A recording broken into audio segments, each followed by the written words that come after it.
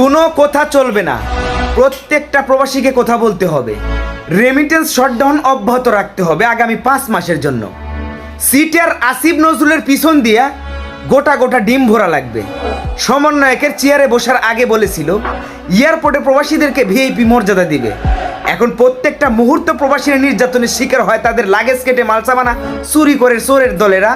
আর আসিফ নজরুল কয় প্রবাসীরা ফাইজলামো করতেছে, ফাইজলামোরও একটা লিমিট আছে। তোমার পিছন দিয়ে ডিম দেওয়া হবে।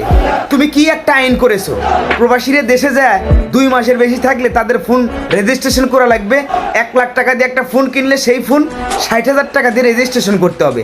ফাইজলামো শুরু করছো? তোমাদের বাবার টাকা দিয়ে ফোন কিনছি যে দেশে যাওয়ার পর তোমাদেরকে টাকা দিয়ে রেজিস্ট্রেশন করে নিতে হবে আমাদের ফোন। কোনো কথা চলবে না।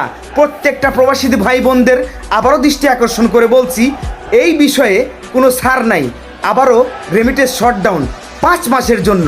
সবাই ভালো থাকবেন, রেমিটেন্স শটডাউন অব্যাহত রাখবেন।